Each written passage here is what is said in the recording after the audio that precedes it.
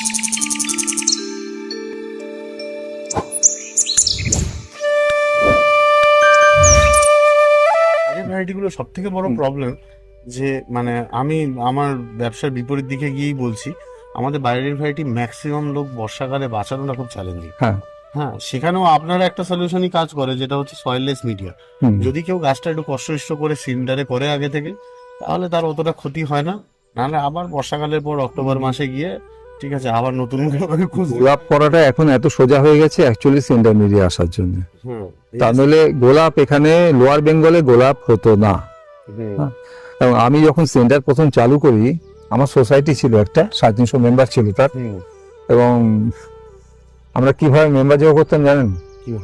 আমার কিছু core member ছিল বিভিন্ন অঞ্চলের, তাদের বলে দিতাম তোমরা রাস্তা দিয়ে আসবে যখন, তখন লোকের ছাদের দিকে তাকিয়ে দেখবে কার ছাদে কিছু গাছ আছে, যদি থাকে তাহলে সেখানে ঢুকে যাবে, ঢুকে গিয়ে বলবে যে আপনি আমাদের সঙ্গে আসুন না, আর তাকে কোনোভাবে আমার কাছে একবার নিয়ে চলে এসো, এটা বলতাম।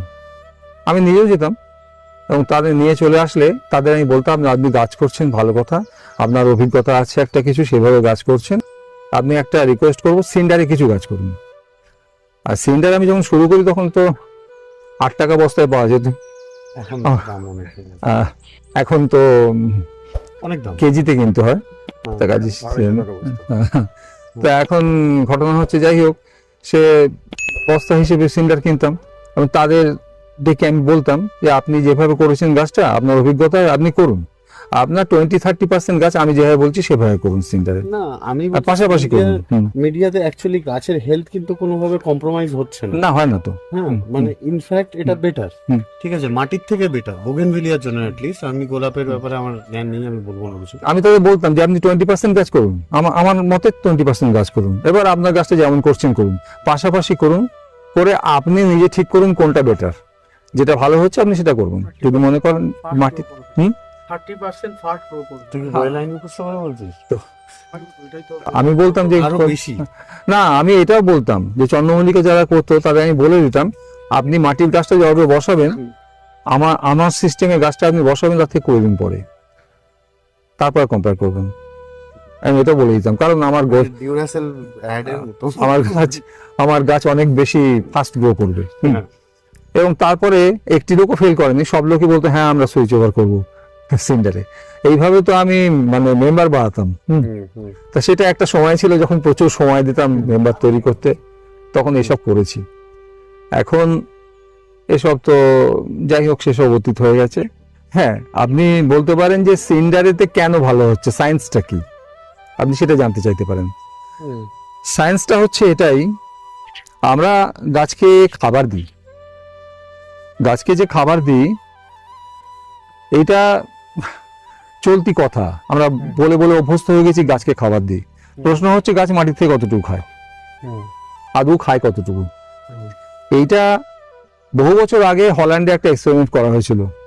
একটা ওক গাছকে একটা পটে বসানো হয়েছিল, সিন্ডার মানে সিন্ডার নয়, এমনি একটা মাটির টবে, মাটি আছে মিডিয়ামে, তাতে একটা টবের মধ্যে একটা ওক গাছকে বসানো হয়েছিল, সেটা একটা কাচের ডোমের মধ্যে আটকে দেওয়া হয়েছিল, আর বাইরে থেকে তার ভেতরে অক্সিজেন সাপ্লাই এর ব্যবস্থা করে দেওয়া হয়েছিল।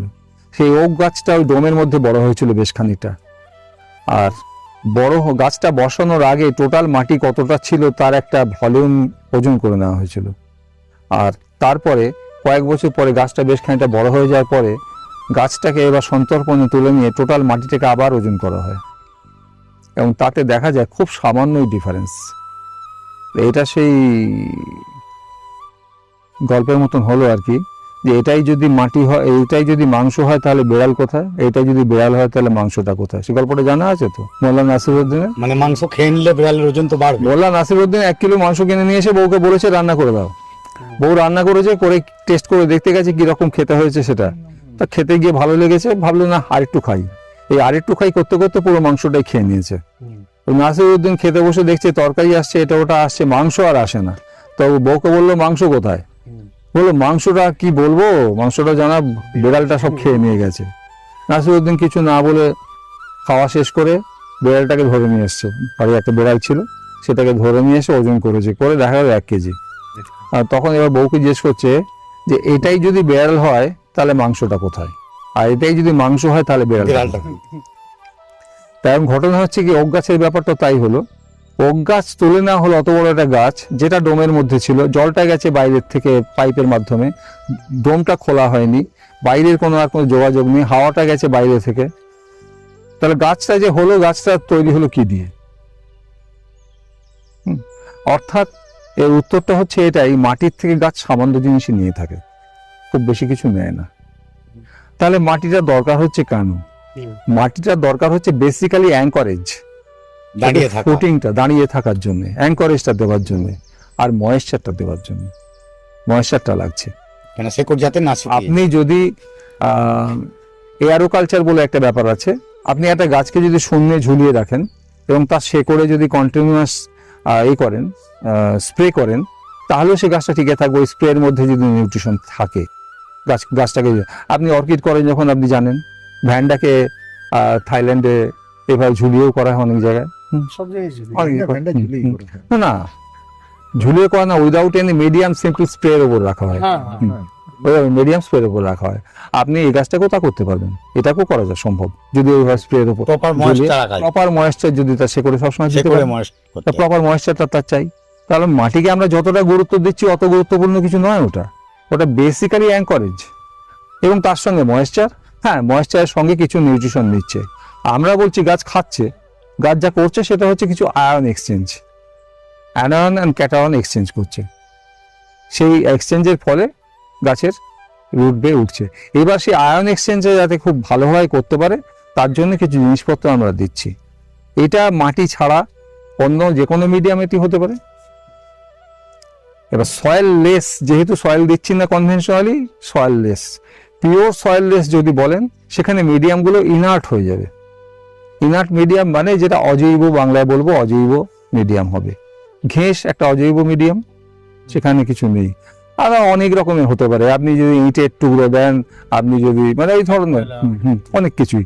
এখন কতগুলো জিনিস আছে পুরোপুরি স্ট্রিক্টলি হয়তো অজৈব নয়, সেগুলো চলতে পারে। হ্যাঁ, যেমন ধরুন আপনার কোকোপিট, স্ট্রিক্টলি স্পিকিং অজৈব নয়, অত জৈব পদার্থ, জৈব পদার্থ, নিউট্রিয়েন্ট নেই কিন্তু জৈব পদার্থ। ওটা নারকেলের ছোবড়া তো জৈব পদার্থ বটেই, কিন্তু সেটা তাতেও হতে পারে, মানে তাতে কোনো নিউট্রিয়েন্ট নেই, নিউট্রিয়েন্ট লেস পদার্থ হতে হবে। নিউট্রিয়েন্টটা আপনি দেবেন। আপনি যখন মাটিতে গাছ করছেন, আপনারা কেউ কেউ বলেন লাল মাটিতে খুব ভালো গাছ হয়, বলে তো লোকেরা। লাল মাটিতে কেন ভালো গাছ হয়? লাল মাটিতে ওই আপনার ময়েশ্চারটা রিটেইন করে না, তাহলে লাল মাটিতে ভালো গাছ হয় এটি মাত্র কারণ লাল মাটিতে কোনো নিউট্রিয়েন্ট থাকে না, কিছু খাবার থাকে না। Absolute zero. অ্যাবসলিউট জিরো থাকলে সেটাতে কাজ করা সোজা হয়, নিউট্রাল হয়ে যায়। হ্যাঁ, কাজ করাটা সোজা। দুজন লোক গান শিখতে গেছে এক ভদ্রলোকের কাছে, সে ভদ্রলোক গানের টিচার। ওদের জিজ্ঞাসা করছে যে আপনারা কি গান শিখেছেন, তোমরা কি গান শিখেছো? একজন বলেছে না আমি তো শিখেছি, 5 বছর ধরে শিখছি, আমি ক্লাসিক্যাল অমুকের কাছে শিখেছি, ইত্যাদি ইত্যাদি। আর একজন বললো আমি কিছুই শিখিনি এখনো পর্যন্ত। তো এবার মাস্টারমশাই বললেন তাহলে এক কাজ করো, যে 5 বছর শিখেছে তাকে বললো তুমি মাসে 200 টাকা দেবে, আর যে কিচ্ছু শেখেনি তাকে বললো তুমি 100 টাকা দেবে। এবার যে শিখেছে সে প্রতিবাদ করলো আমি তো খানিকটা শিখে এসেছি, আমাকে বেশি টাকা কেন? তার কারণ তুমি যা ভুল শিখে এসছো সেগুলো কারেকশন করতে আমার সময় বেশি লাগবে, পরিশ্রম, আর ও কিছু শেখেনি, ওকে সহজ।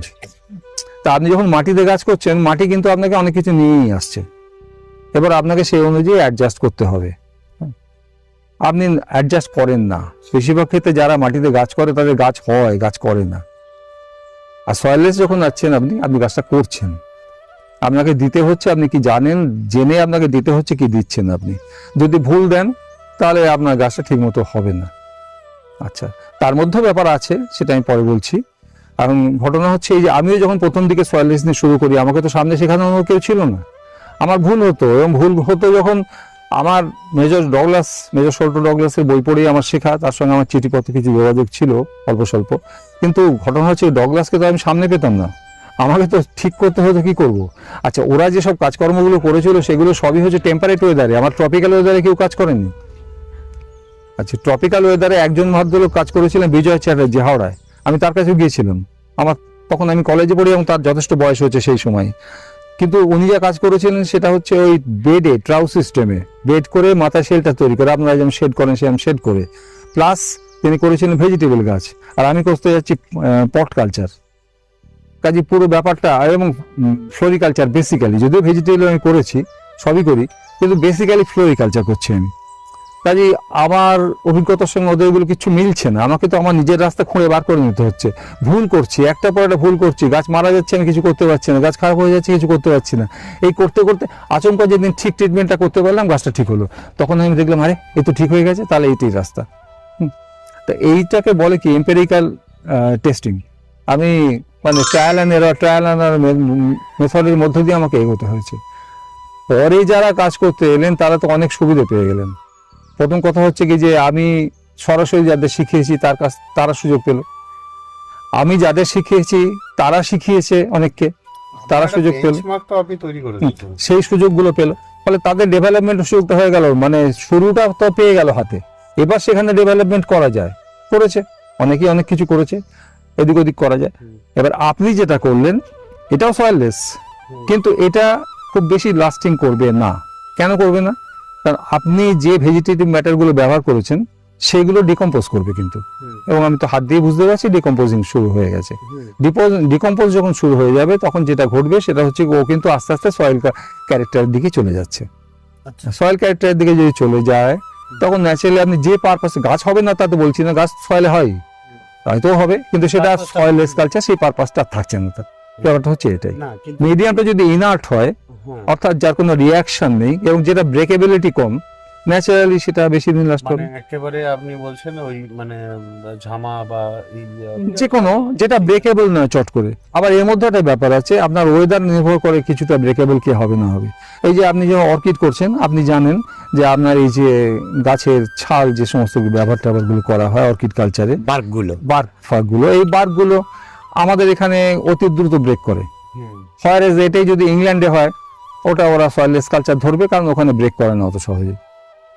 হ্যাঁ, কাজে ন্যাচারালি ওখানে ওটা সয়েললেস কালচার, কিন্তু আমার এখানে এসে আর ততটা হচ্ছে সয়েললেস শুরু বলতে পারি আমি, কিন্তু আলটিমেটলি থাকছে না, কারণ ওটা আমাদের ট্রপিক্যাল ওয়েদারের জন্য ব্রেক করে যাচ্ছে। মাটিতে পার্টিকুলারলি আমাদের মাটিতে একটা কমন প্রবলেম হয়, যেটা এর ক্ষেত্রে অনেকটা আই থিঙ্ক মানে কম হচ্ছে, সেটা হচ্ছে আমাদের মাটিতে আমরা ময়েশ্চার কন্ট্রোল করতে পারি না বর্ষার সময়। সেসব তো এগুলো আছেই, আপনার অ্যাডভান্টেজগুলো তো আছেই সয়েললেসে। এক নম্বর এটা, 2 নম্বর হচ্ছে যে মাটি, সেইগুলো সাইন্টিফিক্যালি দূর করবার রাস্তা আছে, সেটা কেমিক্যাল ইউজ করে আপনাকে করতে হবে। এবার যারা ছাদ বাগানে নর্মাল একটা বাগান করেছে তার পক্ষে তো অতটা প্রবলেম মানে এটা করা যায়। আমি আমার ছেলেপুলেদের তো করাতাম, কোনো ব্যাপার নেই, কারণ কেমিক্যাল ইউজ করে, ফরমালিন ইউজ করে মাটি ট্রিটমেন্ট করে না, কিছু ব্যাপার না, খুব সহজেই করা যায়, যে কেউ করতে পারে যদি প্রপার টেকনিকটা কেউ শিখিয়ে দেয়, অনায়াসই করা যায় ফরমালিন ইউজ করে।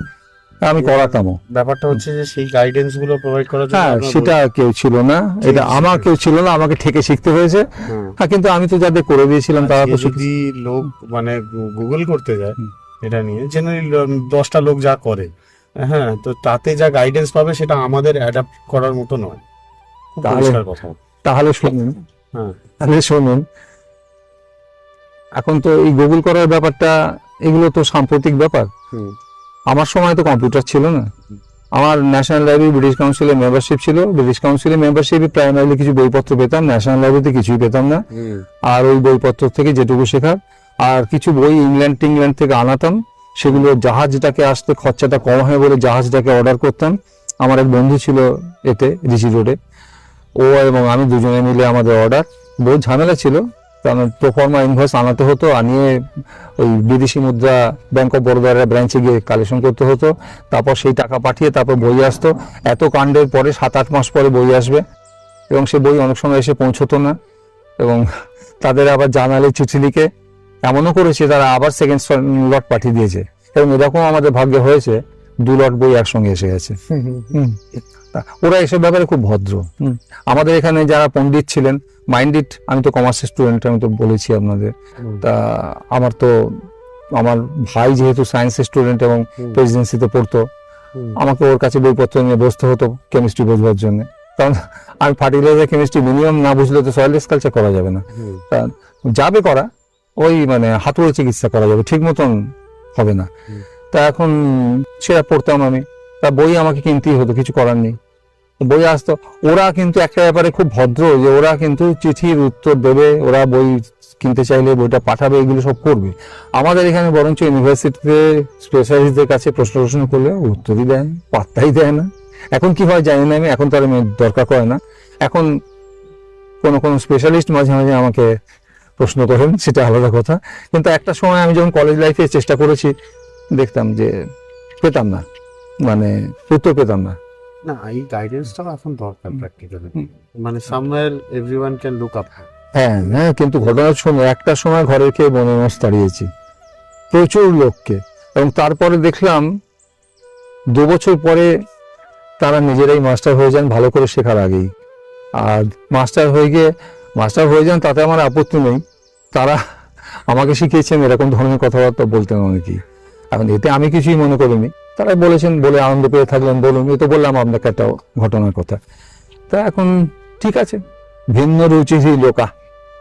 স্যার একটা আমি একটা জাস্ট করছি, আমাদের গাছ যে করি আমরা রেখে দিই, কোনো জায়গায় বলি 6 ঘন্টা 8 ঘন্টা রোদ্দুর পাওয়া, এই গাছের খাবার তৈরি, এক্ষুনি খাবারের কথাটা বললেন, মাটি থেকে কিভাবে কতখানি খাবার নেয় বাকি, এই গাছটা যে খাবার তৈরি করে, এই ব্যাপারটা নিয়ে যদি একটুখানি এক কথা বলেন, এটা খুব কাজে লাগবে সকলে। একটা হচ্ছে, আমরা সবাই জানি ওই মানে 14টা এলিমেন্টের গল্প তো সবাই জানি, ওটা যারা কাজ করে তারা সবাই এখন জেনে গেছে, ওটা কোনো ব্যাপার না। আর 14টা এলিমেন্টের মধ্যে 3টে এলিমেন্টকে মূল বলা হয়, এনপিকে, এখন এই কনসেপ্টটা। এখন এইগুলো নিয়ে কতগুলো ভ্রান্ত ধারণা আমাদের, মানে দুঃখের কথা হচ্ছে পড়াশোনার মাধ্যমে এই প্রচলন করা ধারণাগুলো। যেমন এই যে আমি একটা উদাহরণ দিই, 15-15-15। একজন সাধারণ মানুষের ধারণা হচ্ছে 15-15-15 মানে হচ্ছে 15 ভাগ নাইট্রোজেন, 15 ভাগ পটাশ, 15 ভাগ ফসফেট। ভুল। এই বলার মানে পড়ানোর পদ্ধতির জন্য এটা ভুল। কিসে ভুল? এই যে 15-15-15 এটা কিন্তু এনপিকে নয়, এটা হচ্ছে এন, আর পিটা হচ্ছে P2O5, আর কেটা হচ্ছে K2O। আচ্ছা, K2O আর P2O5, এই যে কথাগুলো আমরা বলছি, ওটার ওই আণবিক সংখ্যাগুলো আছে প্রত্যেকটা, সেগুলো যোগ করলে দেখা যাবে ওটা অ্যাকচুয়ালি 15 যেটাকে বলছি, ওটা 15 নয়।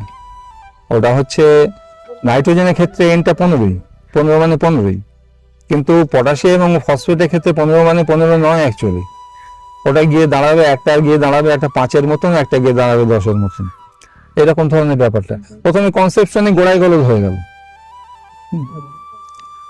ধরে নেওয়া হচ্ছে যে আমি 3টেকে সমান দিচ্ছি, আদৌ 3টে সমান দিচ্ছি না, শেখার প্রথমেই ভুল। এরপরে আর একটা ভুল, কিছু কিছু আইটেমকে বলে দেওয়া হলে এগুলো secondary element. Sulphur, calcium, magnesium, এগুলোকে বলে দেওয়া হলে এগুলো সেকেন্ডারি এলিমেন্ট। এই সেকেন্ডারি এলিমেন্ট, এই কথাটাও ভুল। ভুল এই কারণে যে কিসে সেকেন্ডারি বলছি আমি তাকে। যেমন ধরি উদাহরণ দিচ্ছি, ক্যালসিয়াম গাছের দরকার কি জন্য? গাছের হেলথ তৈরি করতে ক্যালসিয়াম লাগে, এটা সবাই জেনে গেছে। আবার কপি গাছ, ফুলকপি গাছেতে ক্যালসিয়াম না থাকলে বোরন ঠিক মতো কাজ করবে না, গোড়ায় ক্লাব রুট তৈরি হয়ে যেতে পারে, ওপরেতে ফুলটা ঠিক মতন ডেভেলপ করবে না। ঠিক আছে, এগুলো চাষিরা জানে, কিন্তু এটা বোধহয় অনেকেই জানে না যে ক্যালসিয়ামের দরকার কখনো কখনো গাছের পরিমাণটা যা দরকার হয়, নাইট্রোজেনের 6 টাইমস দরকার হয়। নাইট্রোজেনের 6 টাইমস দরকার হতে পারে। কেন? তার কারণটা হচ্ছে ক্যালসিয়াম গাছ নিতে পারে একমাত্র ওই টিপ অফ দ্য রুট, ওইখানটা যে ক্যালসিয়াম নিতে পারে। অর্থাৎ আমার কনুইয়ের কাছে যদি একতলা খাবার দেওয়া হয়, আমি খেতে পারবো না, কারণ কনুই দিয়ে খাবার তোলা যায় না। একদম শেকড়ের ডগাতেই, শেকড়ের ডগা হলেই হবে না, শুধু শেকড়টা যদি ডেভেলপিং শেকড় না হয় তাহলেও হবে না। অর্থাৎ ওখানে যদি শেকড়টা টিপটা কোনো কারণে নষ্ট হয়ে যে থাকে, জমিতে ক্যালসিয়াম থাকলেও গাছ পাবে না, অ্যাবজর্ব করতে পারবে না। বুঝতে পারছেন ব্যাপারটা? নাইট্রোজেন এই গাছটাকে যদি খাওয়াতে হয়, নাইট্রোজেন অ্যাসিমিলেট করতে ক্যালসিয়াম লাগে। এটা তো বলা হয় না, অনেকেই বলে না এটা। একটা গাছকে আপনি যখন নাইট্রোজেন দিচ্ছেন, নাইট্রোজেনটা গাছটা অ্যাসিমিলেট করতে গেলে ক্যালসিয়ামটা লাগছে। ঠিক আছে, ক্যালসিয়াম নাইট্রেটের ব্যবহার এসেছে। এখন ঘটনা হচ্ছে এই যে, তাহলে এটাকে সেকেন্ডারি এলিমেন্ট বলার কি কারণ আছে? বলার কোনো কারণ নেই। আচ্ছা, আমি আরেকটা উদাহরণ দিই। আপনি এই গাছটাকে নাইট্রোজেন বেশি দিয়েছেন কম দিয়েছেন বলে থাকি আমরা। আপনি সালফার বেশি দিয়েছেন, সরি পটাশিয়াম বেশি দিয়েছেন বলতে পারি, বলতে বলা পারি। যায়। আপনি কখনো এটা ব্যবহার করে শুনেছেন কি সালফার বেশি দেওয়া হয়েছে? আলোচনাই হয় না সালফারটা হয় না। নিয়ে। কিন্তু আপনি পাতা আপনি কি পুরো এটা লাগে। জানেন? আপনি কি জানেন যে সালফার বেশি দেওয়াই যায় না? আপনি সালফার বেশি কম যাই দিন না কেন গাছের কোনো ক্ষতি হয় না। এখনো পর্যন্ত সায়েন্টিস্টরা এই মিস্ট্রিটা জানেই না যে সালফারটা গাছ কি করে ম্যানেজ করে নেয়। এক্সট্রা সালফার থাকলে গাছের কোনো ক্ষতি হয় না। যেটুকু নেবার সেটুকুই হয় না। ও নেবে, ও কোনো সমস্যা হয় না এক্সট্রা সালফারে। আপনি আর বাকি যে কোনো জিনিস আপনি এক্সট্রা দিন গাছের ক্ষতি হবে, একটা তার রিপারকেশন হবে। সালফার একটু বেশি দিয়ে দিন, কোনো রিপারকেশন হবে না। তাই না? তা এগুলো কি আমাদের শেখানো হয়? এগুলো অ্যাকচুয়ালি আপনি যদি সয়েল রিস্ক সিরিয়াসলি শেখেন খানিকটা, তখন আপনার এইসব জায়গাগুলো আপনার সামনে আসবে। হ্যাঁ, এগুলো ক্লিয়ার হবে। অ্যাকচুয়ালি 1 বছর সয়েল রিস্ক সিরিয়াসলি করলে আপনি 5 বছর সয়েলের গাছ করার যা শিখবেন তার থেকে বেশি শিখবেন। ব্যাপারটা হচ্ছে এটাই। আচ্ছা, এইখানেতে ওর প্রাইমারি অ্যাডভান্টেজটা কি? ওর প্রাইমারি অ্যাডভান্টেজ হচ্ছে রুটে অক্সিজেন পাচ্ছে। আচ্ছা, এইটা হচ্ছে ভাইটাল ব্যাপার। এয়ারের থেকে একদম রুটে অক্সিজেনটা ভাইটাল ব্যাপার। চন্দ্রমল্লিকায় ওয়ালেস ব্রুক ইংল্যান্ডে একজন নাম করা গ্রোয়ার ছিলেন। 50 বছর যাবত উনি কম্পিট করেছেন ওয়ালেস ব্রুক, এবং প্রতি বছর উনি ইংল্যান্ডের ক্রিসেন্থিয়াম ম্যানুয়ালে একটা করে আর্টিকেল লিখতেন। ওর 50 বছরের আর্টিকেলের 50টা আর্টিকেল করে একসঙ্গে করে একটা বই বেরিয়েছিল। আমি সে বইটা জোগাড় করতে পেরেছিলাম। তো সেখানেতে মানে বইটা পড়লে যেটা সুবিধা হয় সেটা হচ্ছে 50 বছর ধরে যে লোকটা গাছ করেছে একরকম হয়তো করে আসেনি। সে সয়েলে পুরোনো আমলে শুরু করেছে, সয়েলে এসে শেষ করছে, ধারাবাহিকভাবে গাছটা করে এসছে। ফলে সায়েন্সটার ধারাবাহিকতা পাওয়া যায় লেখাটার মধ্যে ওয়ালেস ব্রুকের। আমি অরিজিনাল বইটা পাইনি, আমি একটা জেরক্স পেয়েছিলাম। যাই হোক, বইটা তো বটেই বই। সেইখানেতে একটা জায়গাতে ওকে প্রশ্ন করা হচ্ছে যে আপনি যে চন্দ্রমল্লিকা করছেন এবং তার যে ইনগ্রেডিয়েন্ট গুলো আপনি মেশাচ্ছেন জমিতে, এর মধ্যে কোন ইনগ্রেডিয়েন্টটা সবচেয়ে বেশি ইম্পর্টেন্ট? একটা গাছের যখন মিডিয়াম তৈরি করছি আমরা বিভিন্ন রকমের খাবার দিচ্ছি।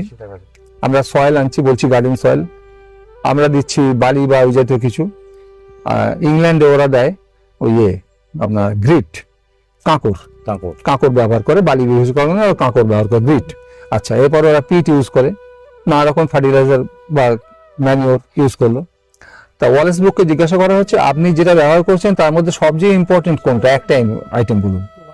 উনি এক কথায় বিনা ভাবনা চিন্তা বললেন গ্রিটটা মানে কাঁকড়। মানে তাহলে সব গার্ডেন সয়েল ফার্টিলাইজার সব ছেড়ে দিয়ে ওয়ালেস ব্রুক কাঁকড়ের কথা কেন বললেন? কারণ কাঁকড় ওই জমিতে যখন ঢুকছে ওই মাটিতে, তার যে অসমান সারফেস, সেইখানে অতি সামান্য পরিমাণ হাওয়া সে ধরে রাখছে এবং টোটাল অক্সিজেনটা সাপ্লাই করছে গাছকে ওই কাঁকড়টাই। ওই রুটে অক্সিজেনটা না পেলে গাছটা ভালো হবে না, আপনি খাবার যায় না। আর সয়েললেস কালচার আপনি অজান্তে সেটাই সাপ্লাই করছেন, ওকে আপনি অক্সিজেনটা দিচ্ছেন রুটে। ঠিক আছে, এরপর বাকিটা আপনি অনেক কিছু ভুলভাল করলেও গাছ কিন্তু নিজে খানিকটা ম্যানেজ করে নেবে। আধুনিক সায়েন্স বলছে যে আমাদের স্কুলে যে সমস্ত পাঠ্যপুস্তক পড়ানো হয় যে এই দিলে এই হবে ওই দিলে ওই হবে, গাছ অনেক কিছু খানিকটা ম্যানেজ করে নিতে পারে। সয়েললেস কালচার যখন প্রথম চালু হয় পৃথিবীতে, জার্মানিতে একটা A to Z সলিউশন বলে একটা সলিউশন চালু ছিল, যেটা দিয়ে সয়েললেস কালচার করা হতো। সেই সলিউশনটা আছে আমার কাছে, মানে তার ইনগ্রেডিয়েন্টস গুলো চার্ট আছে আমার কাছে। তার মধ্যে অনেক কিছু আছে গাছের কোনো কাজে লাগে না। জিনিসগুলো যে রেশিও বলা আছে ওই রেশিও গাছকে দেওয়ারও দরকার করে না।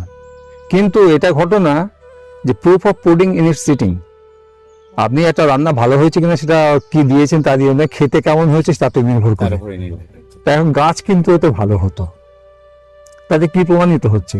প্রমাণিত হচ্ছে এটাই যে গাছটা ওর মধ্যে থেকে নিজের পছন্দ মতো কিছু তাহলে জোগাড় করে নিতে পারতো। এইখানেই একটা কিন্তু যে কথাটা আপনাকে বললাম, আমার কথাটা খেয়াল করে দেখবেন। আমি বলছি গাছটা নিজের পছন্দ মতো জোগাড় করে নিতে পারতো। আমাদের একটা ধারণা তৈরি করা আছে যে আমরা গাছকে যা দিই গাছটা তাই খায়। আমি এখন যে কথাটা বললাম সেটা কিন্তু কন্ট্রাডিকশন। গাছ নিজের পছন্দ মতন জোগাড় করে নিতে পারতো। এখনকার সায়েন্টিস্টরা বলছেন হ্যাঁ, গাছের কিছু ক্ষেত্রে পছন্দ মতো জোগাড় করে দেওয়ার ক্ষমতা আছে। এটা পারে, এবং এটা এখনো পুরোপুরি এস্টাবলিশ নয়, কিন্তু অনেক সায়েন্টিস্ট এই লাইনে ভাবনা চিন্তা শুরু করেছেন। এবং আমি সায়েন্টিস্ট নই, কিন্তু আমি এই ব্যাপারটা শিওর। কিসে শিওর? কারণ এখন যারা সয়েললেসে গাছ করছেন, গোলাপ হোক, চন্দ্রমল্লিকা হোক, যাই হোক, আটকে গেলে আমার কাছে অনেকেই আসে, এখনো আসে। যখন আটকে যায়, আসলে আমার কাছে, আমি তখন তাদের পরিষ্কার জিজ্ঞাসা করি, তুমি কি দিয়েছো সেটা তো আমাকে জানাও, না জানালে তোমার ব্যাপারটা কি হয়েছে, গন্ডগোল কি হয়েছে, বুঝবো কিভাবে? তো এখন তাদের সব তো ট্রেড সিক্রেট থাকে। যাই হোক, আমাকে তো ঠেলায় পড়লে তখন দিতেই হয়, কারণ শোয়ের ঠিক আগে হয়তো গাছের গন্ডগোল হচ্ছে, ঠিক করতে গেলে আমাকে বলতেই হবে। তা আমাকে বলে, আমি আমার মত অনুযায়ী, আমার ক্ষমতা অনুযায়ী রেকটিফিকেশন বলে দিই, উপকার হয়তো পায়, যাই হোক সে পরের কথা। কিন্তু মূল ব্যাপারটা হচ্ছে কি, আমি ওদের যখন এই ফর্মুলাগুলো অ্যানালিসিস করি, অ্যানালাইজ করতে গিয়ে আমি সেটা দেখি অনেক ভুল আছে সাইন্টিফিক্যালি, কিন্তু তারপরে এটা আমি জানি তার গাছ কিন্তু হয়, ভালো হয়। তার মানে ও তার মতন আমি তো শোয়ে জাজিং করতেও যাই, তার গাছ তো আমি শোয়ে দেখছি, আমি গিয়ে দেখছি সে ভালো গাছ মাঠে ফেলছে, কিন্তু সে যদি এই ফর্মুলা, সে যদি সত্যি কথা বলে থাকে, তাহলে এই ফর্মুলাটা সে ব্যবহার করেছে। এই ফর্মুলার মধ্যে বেসিক ব্যালেন্স ঠিক নেই, কিন্তু তারপরেও সে দিয়েছে এবং গাছটা ঠিক হয়েছে। তাহলে আমাকে যদি বলতে হয়, তাহলে বলতে হয় গাছ তার পছন্দ মতো কিছু বার করে নিচ্ছে সেখান থেকে। হতেই পারে। অনেক সময় কি হয়, অনেকে তো যেটা বললেন যে তার হিডেন ফর্মুলাটা সে বলে না, না না, আমাকে তোকে বলতে হবে। যাই দিক না কেন, গাছটা সেটার প্রয়োজন মতো বা তার রুচি মতো সে ও থেকে বেছে নিতে পারে। আপনি এটা অ্যানালিসিস করতে পারেন। আমি তো সায়েন্সের স্টুডেন্ট নই, আমি যখন বুঝতে পারছি, যারা সায়েন্সের একটু ভালো করে পড়াশোনা করেছে, বিশেষ করে ফার্টিলাইজার কেমিস্ট্রি নিয়ে, তারা যদি, যারা এই গাছগুলো করে, এদের সঙ্গে এদের ফর্মুলাগুলো নিয়ে আলোচনা, সকলের কথা বলছি না, আমি জেনারেলি বলছি, আমি অনেকের কাছে গেলে, এ নিয়ে আলোচনা করতে গেলে দেখা যাবে যে তারা অনেক আনসাইন্টিফিক কাজ করছেন। অ্যাকচুয়ালি ওই কেমিস্ট্রির ওই অংশটা নিয়ে পড়াশোনা আদৌ কিচ্ছু করেনি, ভাবনা চিন্তাহীনভাবে বিভিন্ন কেমিক্যালের সঙ্গে বিভিন্ন কেমিক্যাল মিশিয়ে দিচ্ছে। এই যে কেমিক্যালের সিনার্জিস্টিক, অ্যান্টাগনিস্টিক প্রপার্টি আছে, এই সম্পর্কে কোনো ধারণাই নেই, এমন বহু লোক আছে। হ্যাঁ, কোন কেমিক্যাল কার সঙ্গে মেশানো যায়, কোনটা যায় না, ধারণাই নেই, কিন্তু মিশিয়ে ফেলছে, তারপরেও গাছ হয়ে যাচ্ছে। এই কাজটা তো প্রতিনিয়তই হচ্ছে। হ্যাঁ, প্রতিনিয়ত হচ্ছে, তারপরেও গাছ হয়ে যাচ্ছে। তার মানে আমাকে তো বলতে হয় যে গাছ ম্যানেজ করে নিচ্ছে কোনোভাবে, তাই নয় কি? তাহলে আমাকে, আমি যা দিচ্ছি তার উপরই হচ্ছে, এটা ভাববার কোনো পণ্ডিতি করবার কোনো কারণ নেই, কিছুটা ও করছে।